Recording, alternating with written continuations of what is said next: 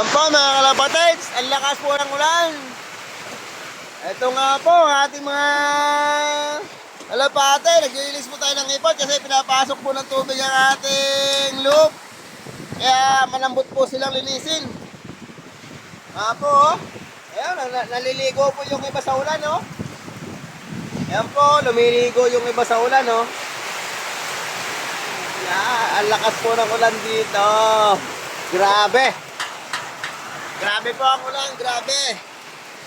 Pero salamat na rin lamang po at ang ating pong mga itlogan ay hindi po nababasa yan kahit yan po ay nasa gitna ng ulanan. Yan po ay hindi nababasa. Yung ating mga itlogan ng kalapati na yan. Yan.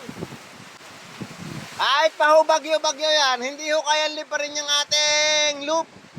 Kahit nasa gitna lang po yan ang bubong, hindi po yan kayang liparin. Dahil yan po naka-screw. Naka-screw po ang puno niyan dyan po sa ating baratihan.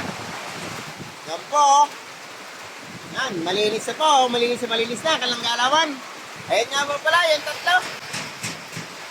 Ayan nga po pala, ipasok mo anak dyan sa loob. Ipasok mo sa loob ang mga kalapate. Ipasok mo sa loob. Pasok mo sa loob para hindi sila masyadong mabasa. Pasok kayo. Lalipad na yun, lalipad na. Hindi, napasok yan. Pasok. Laki na rin. Oh, linis yan ipon, linis. Patalunin sa bukong. Yan po. Kung nga po, nilalamig din po ito eh. Buti na lang po, hindi natulo ang ating loop. Siya. Natutuluan nata po ang ating inakay ah. Parang kailangan ng bulka sila. Tinutuluan ba ito, sir? Sino mga nababasa ang likod ng kalapate? Sino mga nababasa ang likod ng kalapate? Nababasa?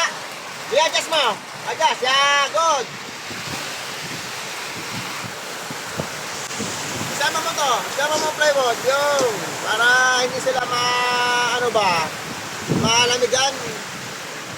Kawawa naman po ito. Nalalamigan po ito. Ang lamig-lamig. Dapat pala mayroon tayong pangkulong. Wala pa tayong timba na pang taklob muna. Kaya lang po, kuha po tayo ng balde. Tatakloban po muna natin ng timba yan. Ay, kuha po tayo ng timba. Oh, basang-basa na oh. Basa rin po ako eh. Parang nga naman po hindi natin hanapan po ng timba dahil lang basang-basa po, mababasa po ng ating kalapati. Hahanap lang po tayo ng karton para matakluban. Saglit lamang po. Hahanap po tayo ng pangsangga. Kailangan po masanggahan yun. Dahil kung hindi, nababasa po yun. Ito ang ating isasangga. Ayan. Yun. Kita po tayo ng karton. Atin po munang isasangga ito. Sir, kayo ng paraan. Itataklob, bubutasin yung kabila. Ayan. Ate, are, namubog-ubog. Ha? Kanya yung pasangga. Babasa? Oo. O, taklabay. Are po, kailangan po. Buhay. Kawawa naman natin kalapate. Yun. Ayos.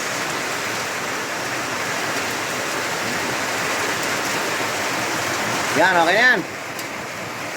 Yan po yung isa. Safety naman po sa ulanan. Ayan. Para hindi po lamigin ang ating inakay. Inakay na po yan. Silipin natin yung iba. Ha? Pataan. Bakit? Silipin natin yung iba.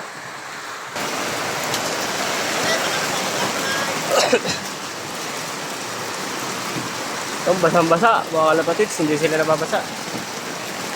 Ito, nasa gitna. Nagsakripisyo siya. Hindi naman, joke lang kalapatids.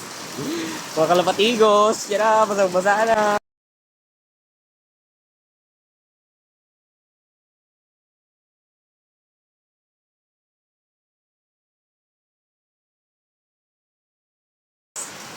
Hindi na sila basa, oh.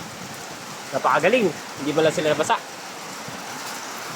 Hindi sila nababasa, oh. Kapatits, ha. Nakita niya, hindi sila basa. Ito lang, mukhang bibigay na. Mukhang bibigay. Ayos naman. Ah. Okay ba, mukhang bibigay. Alin? Bibigay. Basa. Akit lang. Hindi. Ano, yung are. Ama, are na ba? Basang-basa. Bukal. Kasi, basang-basa.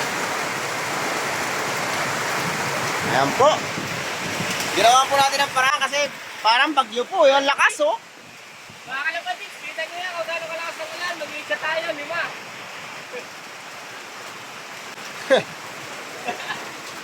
Hindi ari. Hindi ari mag-ista.